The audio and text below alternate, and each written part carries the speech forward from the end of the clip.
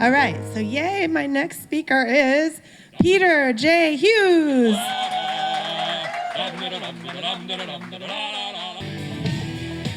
Hello, I'm Peter J. Hughes, the token guy on the speakers menu. I have to say that being bubble wrapped in the love of all this divine feminine energy is awesome.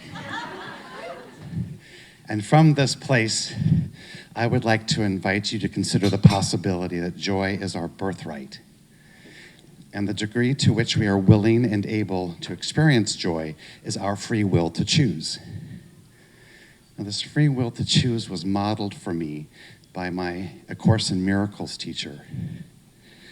Every Tuesday evening for 6 years, a half a dozen of us would sit around Mama Sonia's kitchen table, where she would facilitate the lessons from this unshakable alignment with unfiltered love.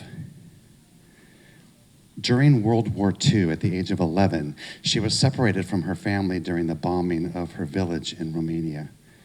After that, she was rounded up and transported to the first of several concentration camps, where, amongst other things, she lost her hearing from rheumatic fever. At age 13, she was liberated onto the streets and left to fend for herself, where at 15, she met an American soldier, became a war bride, and unable to speak or read English, moved to the heartland of the United States. Mama Sonia wouldn't be defined by the inhumanity she experienced during the Holocaust. She believed that the facts of her past were not the truth of who she was, and was adamant about not surrendering her life to the memories of what she called the illusion. A master at seeing the divine in everything, she held us accountable for remembering that we see joy where we look for it, and we experience joy where we are a match for it. And we came to understand that the most efficient and effective practice for honing our capacity for joy was to appreciate and nurture the things that were right in front of us that feed our spirit. Mama Sonia once shared a story about being overcome with emotions during her first visit to a grocery market after arriving in the US. Standing before the abundance of fresh produce, she was moved to tears of joy by all the beautiful fresh fruits and vegetables.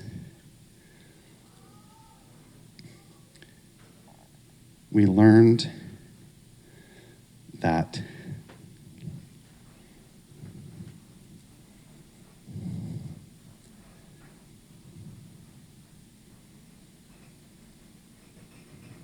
she's with me right now, so this is really intense. Really intense. She's saying, get it right, get it right. You got this. Yeah, absolutely, absolutely.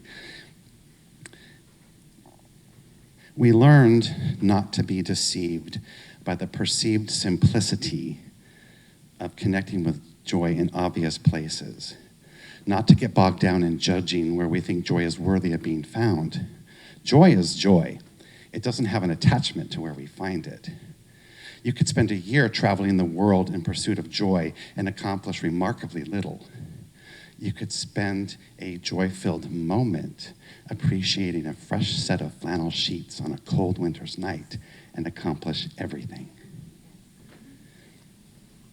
And tapping into joy is easy when it's easy, but when we find ourselves in the darker side of the human experience, even the concept of joy can be beyond our reach, seemed beyond our reach. I have navigated my share of walks through the shadow side of life, hitting rock bottom, feeling bloodied and broken, knowing which way was up only because I had landed on my back. However, it was from these experiences that I have learned to self-regulate my willingness and my ability to align with joy.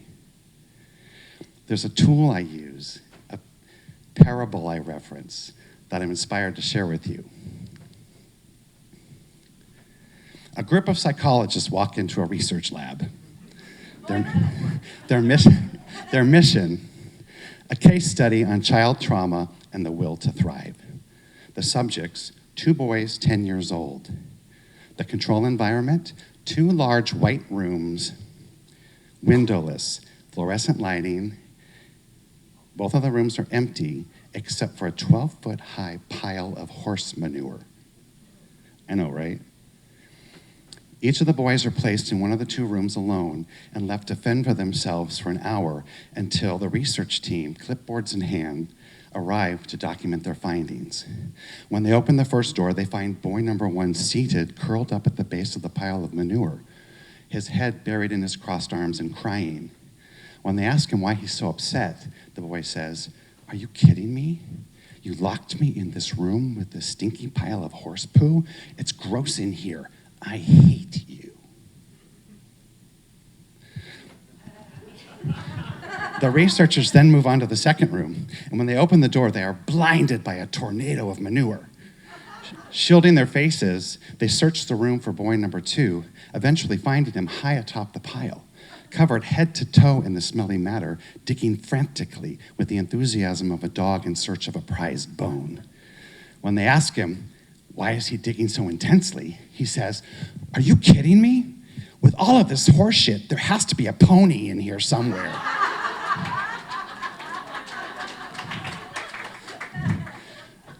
Joy is our birthright. We find it where we look for it. We experience it where we're a match for it. So when you encounter a 12-foot high pile of life, keep digging, because there's got to be a pony in here somewhere.